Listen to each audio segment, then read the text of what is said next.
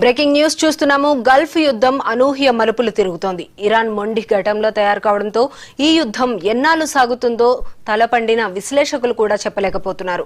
Khamenei హతంతో Iran పని అయిపోతుందని అనుకున్నారు అందరూ. అయితే ఖతార్లోని అమెరికా ఎయిర్ బేస్ ను ఇరాన్ తన క్షిపణులతో దాడి చేసిందనే వార్త ఇప్పుడు అంతర్జాతీయ భద్రతా వర్గాల్లో హాట్ టాపిక్ గా మారింది. ఈ దాడిలో సుమారు $100 కోట్ల అత్యాధునిక రాడార్ వ్యవస్థ దెబ్బతిన్నట్లు వార్తలు వస్తున్నాయి. హర్ముజ్ జలసంధిలో చమురు నౌకల ప్రయాణం కొనసాగాలని అమెరికా అంటోంది. అవసరమైతే తన యుద్ధ విమానాలను పంపుతామని అంటోంది. తన రాడార్ వ్యవస్థనే కాపాడుకోలేని అమెరికా ఆయిల్ ట్యాంకర్లను కాపాడుకుంటుందా అన్న చర్చ ఇప్పుడు జరుగుతోంది.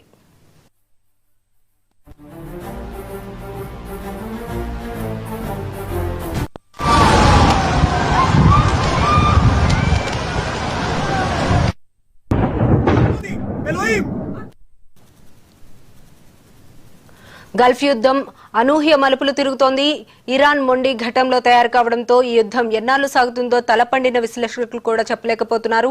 ఇక ఇదే అంశానికి సంబంధించి మరింత సమాచారం మా ఢిల్లీ బ్యూరో చీఫ్ శిరీష్ అందిస్తారు. శిరీష్, చెప్పండి.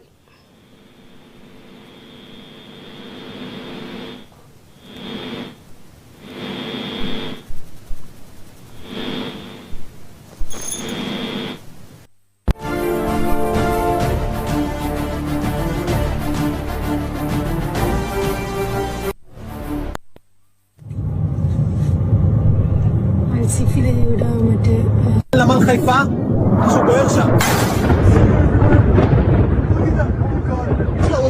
I can't believe this.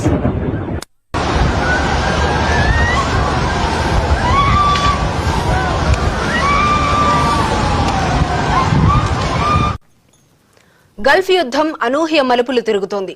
Iran మొండి ఘటంలా తయారు కావడంతో ఈ యుద్ధం ఎన్నాళ్ళు సాగుతుందో తలపండిన విశ్లేషకులు కూడా చెప్పలేకపోతున్నారు. ఖమేనీ కథంతో ఇరాన్ పని అయిపోతుందని అనుకున్నారు అందరూ. అయితే ఖతార్లోని అమెరికా ఎయిర్ బేస్ ను ఇరాన్ తన క్షిపణులతో దాడి చేసిందనే వార్త ఇప్పుడు అంతర్జాతీయ భద్రతా వర్గాల్లో హాట్ టాపిక్ గా మారింది. ఈ దాడిలో సుమారు $100 కోట్ల అత్యాధునిక రాడార్ వ్యవస్థ దెబ్బతిన్నట్లు వార్తలు వస్తున్నాయి. హర్ముజ్ జలసంధిలో చమురు నౌకల ప్రయాణం కొనసాగాలని అమెరికా అంటోంది. అవసరమైతే తన యుద్ధ విమానాలను పంపుతామని అంటోంది. తన రాడార్ వ్యవస్థనే కాపాడుకోలేని అమెరికా ఆయిల్ ట్యాంకర్లను కాపాడుకుంటుందా అన్న చర్చ ఇప్పుడు జరుగుతోంది. ఇక ఇదే అంశానికి సంబంధించి మరింత సమాచారం మా ఢిల్లీ బ్యూరో చీఫ్ శిరీష్ అందిస్తారు. శిరీష్, చెప్పండి.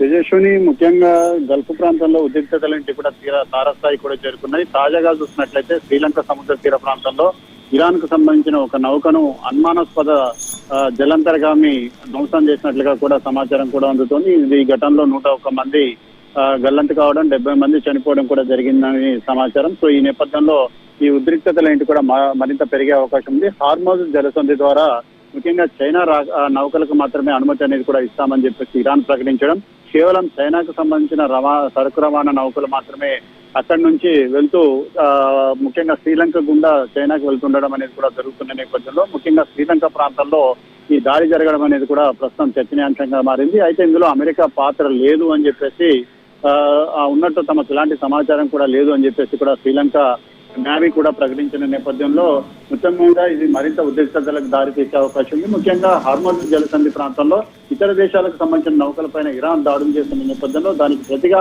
ఈ దాడి జరిగిందన్న అనుమానం అనేది కూడా వ్యక్తమవుతోంది. సో ఈ నేపథ్యంలో ఇటు అమెరికాకు సంబంధించిన అత్యాధునిక రాడార్ వ్యవస్థను ధ్వంసం చేశారన్న సమాచారం కూడా అందుతోంది. ముఖ్యంగా ఖతార్లోని అమెరికా సైనిక స్థావరంపై ఇరాన్ క్షిపణి దాడి జరిగిందనే వార్తలంటివి అంతర్జాతీయ భద్రతా వర్గాల్లో తీవ్ర చర్చకు కూడా దారితీస్తున్నాయి. ఈ దాడిలో సుమారు $1.1 బిలియన్ విలువైన అధునాతన రాడార్ వ్యవస్థ అనేది కూడా దెబ్బతిన్నట్టుగా కూడా పేర్కొంటున్నాయి. సో దీనికి సంబంధించి అమెరికా ఇప్పటివరకు ఎలాంటి ధృవీకరణ అనేది కూడా చేయలేదు. ముఖ్యంగా గల్ఫ్ ప్రాంతంలో అమెరికా క్షిపణి రక్షణ వ్యవస్థలకు ఈ రాడార్ అనేది కూడా చాలా కీలకమైంది. సో దాడిలో దీని యొక్క ఇది దెబ్బతినడం అనేది రాడార్ దెబ్బతినడం ద్వారా ఇబ్బంది కలుగుతుంది. రాడార్ ద్వారా ప్యాట్రియాట్ మరియు సహాద్ వంటి మిస్సైల్ డిఫెన్స్ వ్యవస్థలేంటి కూడా పనిచేస్తాయి. ఈ క్షిపణులను గుర్తించి అడ్డుకోవడం అనేది కూడా జరుగుతుంది. సో ఈ రాడార్ అనేది కూడా లేకుండా ఉంటే గల్ఫ్ ప్రాంతంలో ఉన్న అమెరికా మరియు మిత్ర దేశాల రక్షణ వ్యవస్థలు తాత్కాలికంగా అంధకారంగా మారే అవకాశం ఉందని చెప్పేసి కూడా రక్షణ నిపుణులు ఆందోళన కూడా వ్యక్తం చేస్తారు. ముఖ్యంగా ఈ ఘర్షణలో ఖతార్ రక్షణ వ్యవస్థలు సుమారు 101 క్షిపణులను అడ్డుకున్నాయని చెప్పేసి కూడా తెలుస్తుంది. వాటిలో 2 క్షిపణులు రక్షణ వ్యవస్థను దాటి వెళ్ళాయి. వాటిలో ఒకటి అత్యంత కీలకమైన లక్ష్యానికి కూడా తాకిందనేది కూడా విశ్లేషకులు కూడా చెప్తున్నారు. సో రక్షణ నిపుణుల అభిప్రాయం ప్రకారం ఆసిమెట్రిక్ వార్ఫేర్ కి ఇది ఉదాహరణగా కూడా చెప్పబడుతుంది. అంటే ఒక దేశం ప్రతి దాడిని అడ్డుకోవాల్సి ఉంటుంది, కానీ ప్రత్యర్థి ఒక్కొక్కసారి విజయవంతమైతేనే సరిపోతుందన్న అంశాలన్నీ కూడా జరుగుతున్నాయి. సో మొత్తం మీద కూడా అమెరికా ప్రభుత్వం హార్మోజ్ జలసం ద్వారా వెళ్లే ఆయిల్ మరియు ఎల్ఎన్జీ ట్యాంకర్లకు రక్షణ ఇవ్వగలుగుతామని చెప్పేసి కూడా ప్రకటించడం కూడా జరిగింది. అయితే అమెరికా అత్యంత భద్రత కలిగిన తమ సొంత స్థావరంలోనే $1.1 బిలియన్ విలువైన రాడార్ వ్యవస్థను కాపాడుకోలేని పరిస్థితుల్లో గల్ఫ్ లోని వాణిజ్య నౌకలను ఎలా రక్షించగలదన్న ఒక ప్రశ్న కూడా ఉత్పన్నమవుతోంది. సో మొత్తం మీద కూడా ఇది తీవ్ర ప్రభావాన్ని కూడా చూపించే అవకాశం ఉంది. సో ఈ విషయంలో అమెరికా ఏ విధంగా స్పందిస్తుందనేది కూడా చూడాల్సి ఉంది. Right, thank you Sirish.